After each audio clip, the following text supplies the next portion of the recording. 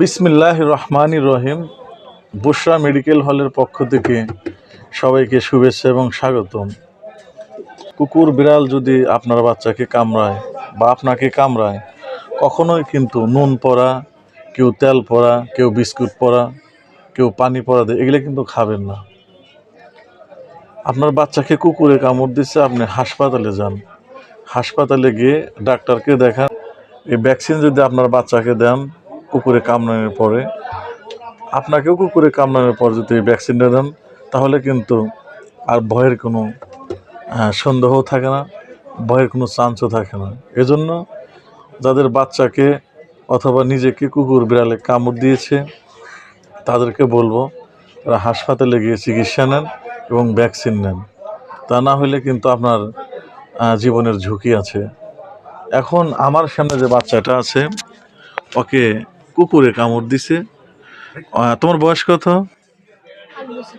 8 বছর বয়স। কোথায় দিছিল কামড়? এখানে কামড় দিছিল।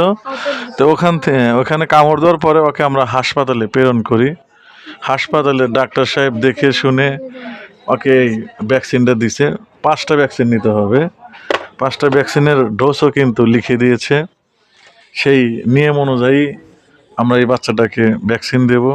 এজন্য সাবধান, কুকুর বিড়ালে কামড়ালে কিন্তু কখনোই এই ওঝা বা কবিরাজের কাছে যাবেন না, সরাসরি ডাক্তারের কাছে যাবেন।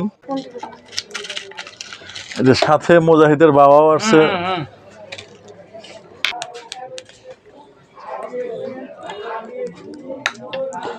মুজাহিদের আজকে দ্বিতীয় ডোজ না?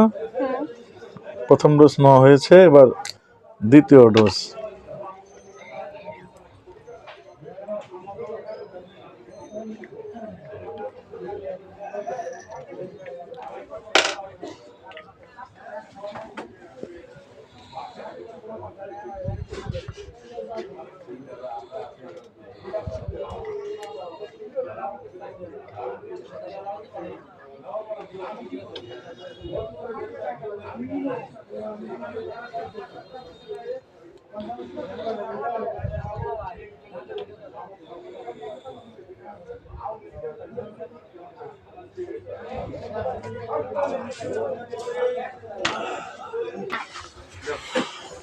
সুন্দর করে বসো, দেখি তোমার হাতটা।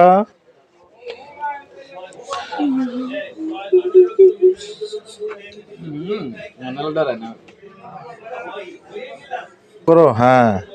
মুজাহিদের যে সাহস! আপনারা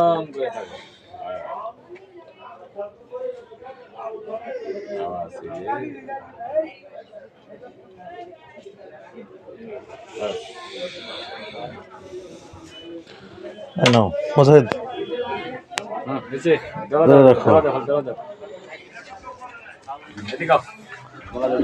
বসে রাখ, মুজাহিদ 2 মিনিট বসো। আপনার বাচ্চাকে আপনাকে যদি কুকুর বিড়ালে কামড় দেয়, অবশ্যই কিন্তু এই ভ্যাকসিন নেবেন। ডাক্তারের পরামর্শ করেই এই ভ্যাকসিন নেবেন। অযথাই কিন্তু কোনো ওঝা কবিরের কাছে যাবেন না। কুকুর বিড়ালে কামড় দিচ্ছে, কোনো সমস্যা নাই, এখন ভ্যাকসিন আছে, চিকিৎসা আছে। ধন্যবাদ সবাইকে। ভিডিওটা বেশি বেশি শেয়ার করে দিবেন।